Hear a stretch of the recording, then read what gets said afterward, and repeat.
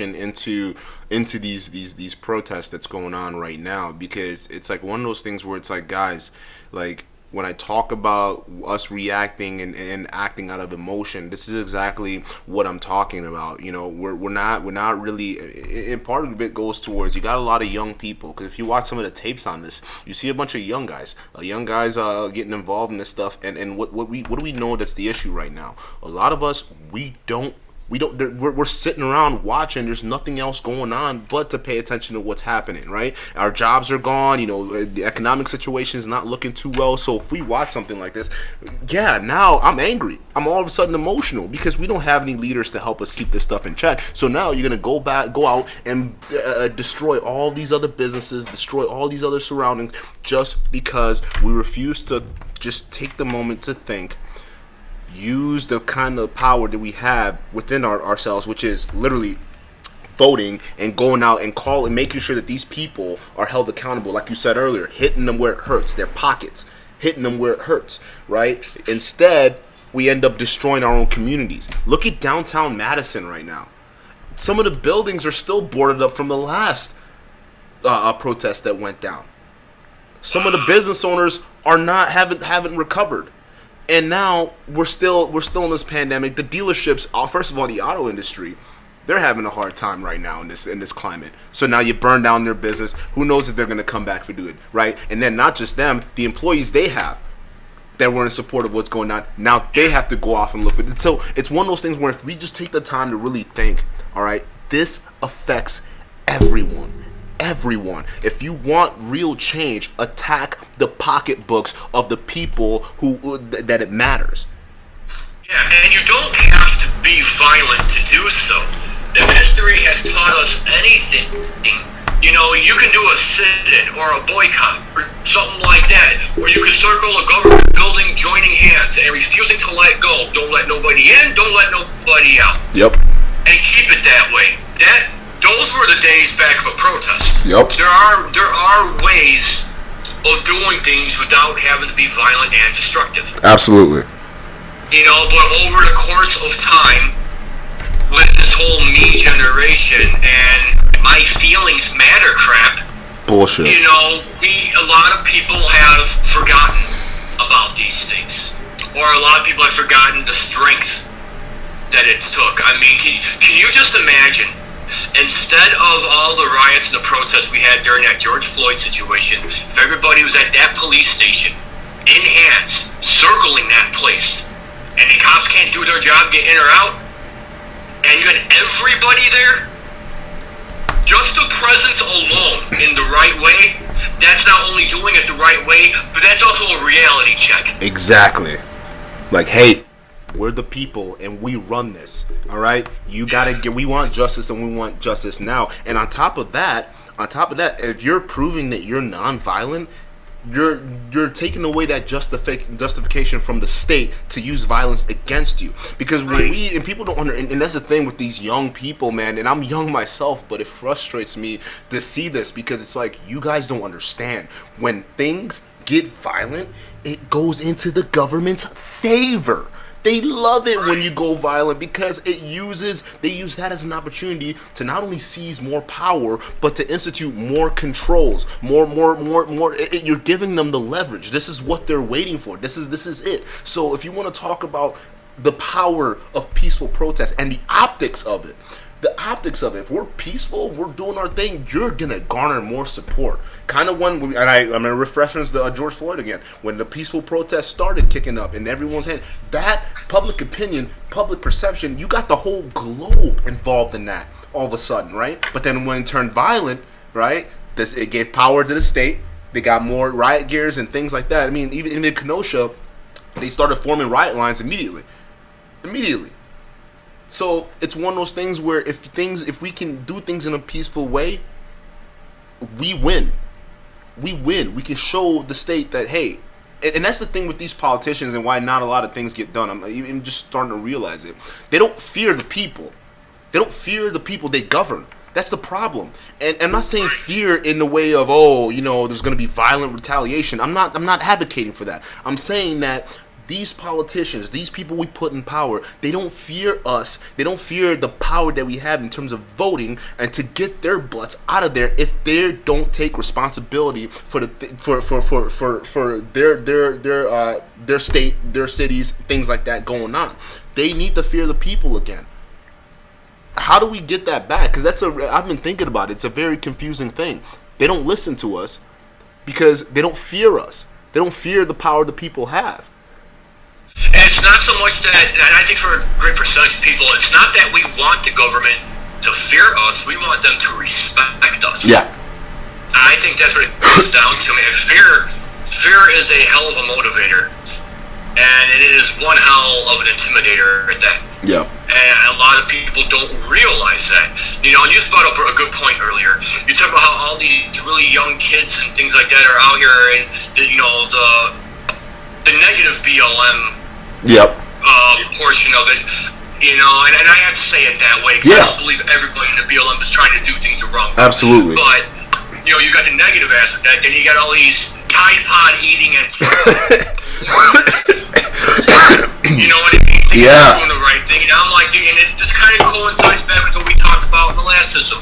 What are you believing? Yeah. What are you allowing and what are you absorbing to sink into your brain, into your mentality, into your soul, and allowing it to become part of you? Yeah. Because chances are these kids don't know crap because they're probably not being educated. There's no school right now. And look at the educational system. Exactly. It's so weird. Exactly. It's so backed up and so off. Yeah. You know what I mean? Yeah. So like they're just watching what they find on Facebook, what they hear on YouTube. Yep. You know, and when you're real young, you want to hang out with the cool people. Yep. The people who are making it hot. Yep. You're very impressionable. Yeah. So it's like you're gonna go to the people who look like they're the coolest and whether it's violent or negative or very flamboyant and outgoing. You know, most of the time, those people are no different from you. He's got a bigger mouth than you. That's right. You know, but you're being fed bad influence. You know what I mean? And chances are these are probably the same generation that stays at home and plays Call of Duty all damn night and they think they know how to fire a gun and how to handle something.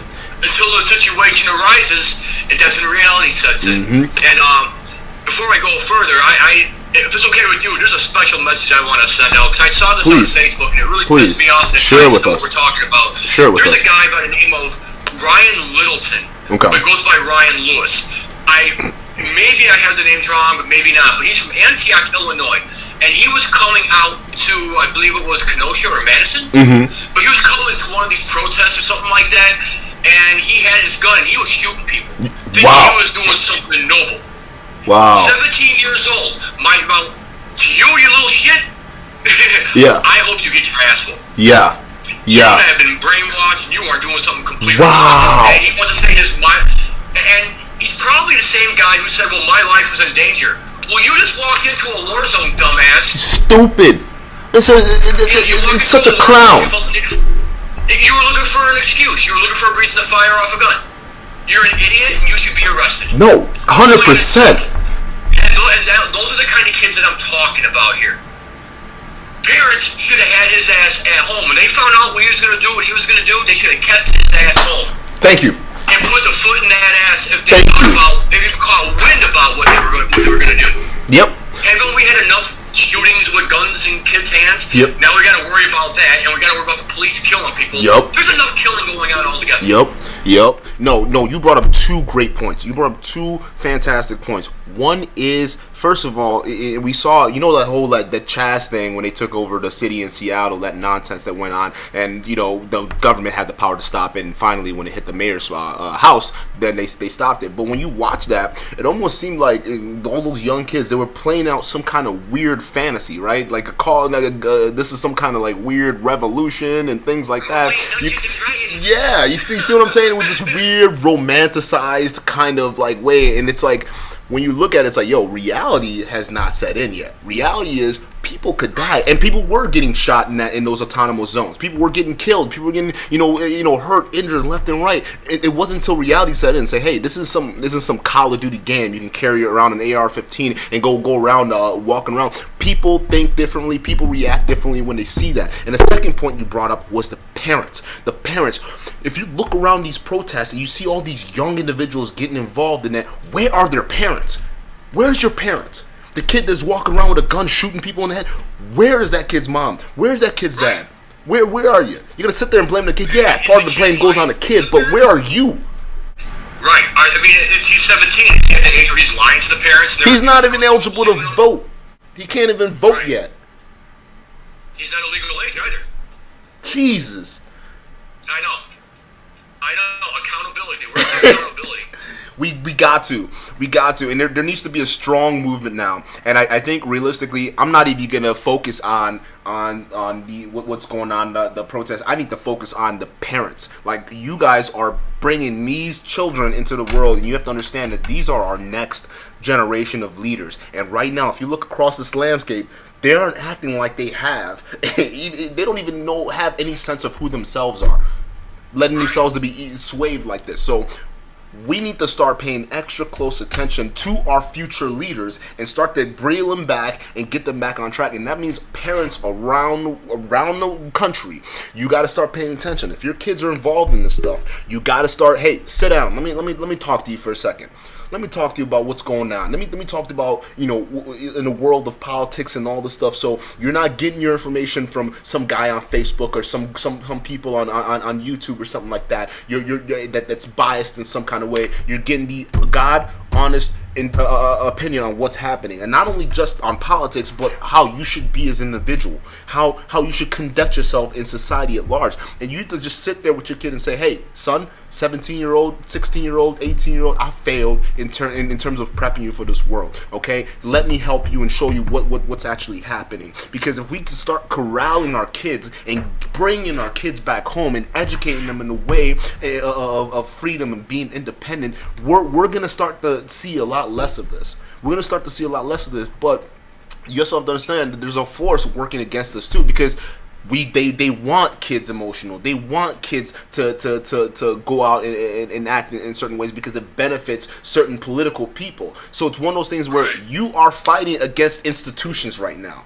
Realistically, even from first grade to college, your kids are institutionalized. So you have to understand there's the institutional programming that your kids are into, and you have to start paying close attention to what's happening. And I think this advent of this outbreak right now, where kids are being more at home and they're learning things virtually, it's a time to start saying, okay, let's take a step back and let's start understanding the world from a reality perspective, because the real world isn't like a college freaking worldview seminar course.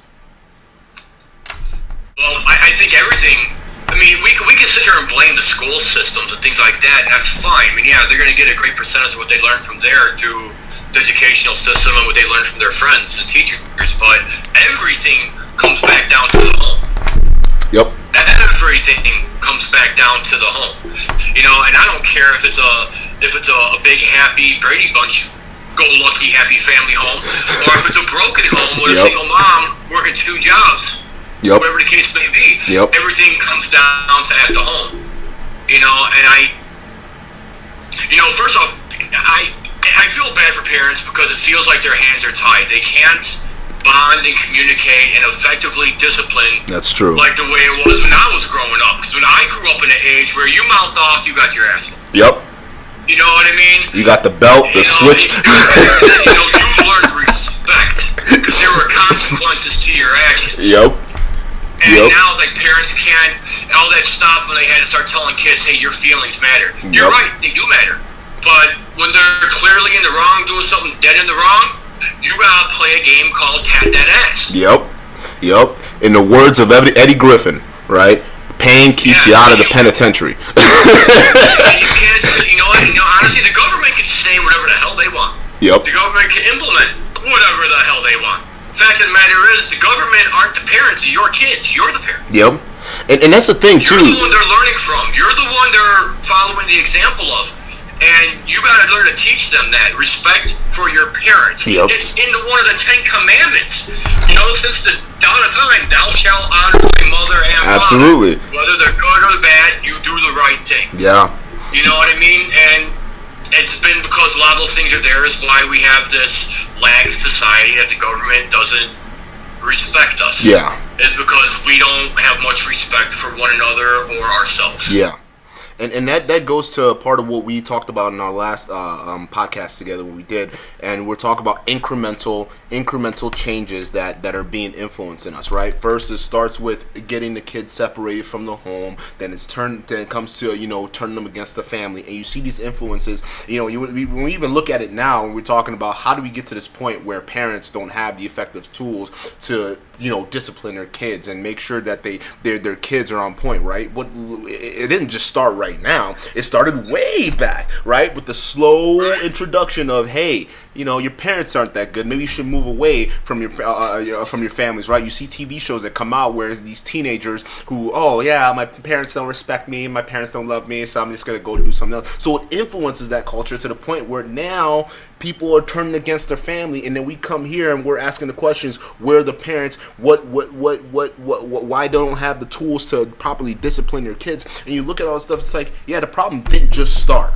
And that's what I hope we can start paying attention to now. We can start paying attention to that, hey, there are things out there in the world that aren't meant to keep you and your family and your communities whole. You have to understand it, and you got to pay attention and make noises about the little changes that you don't agree with, because eventually, over time, those little changes become big deals, and you find yourself at that point facing up with the truth, wondering, how the hell did I get here? How the hell did we all get here? And it's like, no. It started a while ago with that situation in that TV show you saw on TV, railing against the family, and then you chose to ignore it and say it's not going to be a big deal. And now all of a sudden it's a big deal because they've taken and stripped you of your rights to properly discipline your kids. Pain keeps them out of the pen. Pain keeps them out of trouble. And that's the thing. It's not that you wanna. No parent wants to inflict pain upon their children. No parent does. But good example, okay? If you have a son, and your son comes up with school, let's say he's about 7 or 8, and he got in trouble at school because he hit a girl. His action gets stuck. Yeah. Well, you don't like getting hit? Then don't hit, and you especially don't hit women. Yeah. Hitting people hurts, don't it? Yeah. Don't it? You reap what you sow. You don't like it being done to you, don't do it to other people. So the next time when a little girl at school makes you mad, you think about the pain that your parents inflicted on you because you hurt the last little girl that made you mad. So then you take and you second guess and say, hey, I don't want that punishment that my dad or mom is going to give me when I get home. You know what? I'm going to just let this go. Yeah, because back in the day growing up, when I was growing up, and the punishment that I had in my home, even when I was getting older and hitting my teens, even if I was stopped by the police or messed with by them, they didn't scare me as much as to what I was going to come home to and what my parents could have done to me. You know what I mean? And that was respect. You learned to listen, and you learned respect. And it also gave you the ability to think for yourself. Let me ask you this question. Do you think that part of the reason why most kids nowadays that don't have respect for their parents, or not just parents, but like they don't have respect for adults out in the real world, if you see that, do you think that really just stemmed from them kids themselves not developing that respect for their parents, and then that translates into the real world, and they see adults and they don't have that same respect? What's your opinion on that? I think it might be a little bit of both. Okay. I mean, we're all born with something. We all have a disadvantage in something. We all lack something. None of us are perfect. No one is. Yeah. So I think that in the home, though, I mean, it's like I said in the last interview, I think there's a domino effect. Yep. You got dumbass people who make dumbass choices, and in the course of it, they have kids, and they do dumbass parenting, which is going to breed dumbass kids, and those dumbass kids grow up to become dumbass parents. Then it's a repetitive cycle. It just keeps going. And then you have good parents out there who do their best, teach right from wrong, and they stay on top of it. And it teaches the kids just to have, I guess, when they see the disrespectful dumbass parents out there or people who aren't doing it right, they're not quick to turn into that or start following that. But they know something's wrong there, and they're not so inclined to want to be like that. Yeah. You understand what I mean? Yep, I know exactly. I know exactly what you mean. The difference of the two. Yep. There's some people so where I think it's a toss up. It's a toss up of both. Yeah. No, you're that actually that makes I think a golden key though in the midst of all this is that even with what we're talking about with just this situation and with everything we saw with Michael Blake, George Floyd, and all these issues we've talked about, one of the things that might make the biggest difference is that when we get mad and we get angry and we see things like this, it's so damn easy to get quick to get mad and point the finger and start going all hell out and unleashing hell and destroying things. Yep. That's easy. That's the easy part, but that's not the game changer. Yep. The game changer is learning to bite your tongue.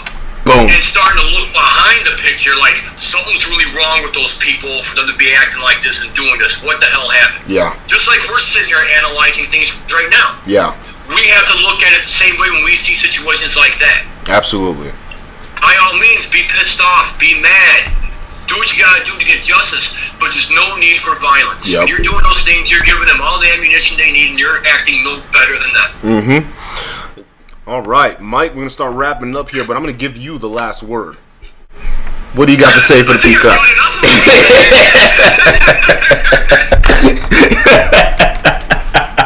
but all honesty, I guess for the last word I would say though, man, I gotta thank you a lot, Drew, because it's not often that you can have two people from two different cultures be able to sit down and have a good conversation like this without anybody taking things the wrong way. Absolutely. And have that respect for one another to hear one another out. So I'm sure we're gonna disagree on some things. Absolutely. At some point, but it ain't gonna get to the extreme that we see on the TV and on social media. Part of it is you do you.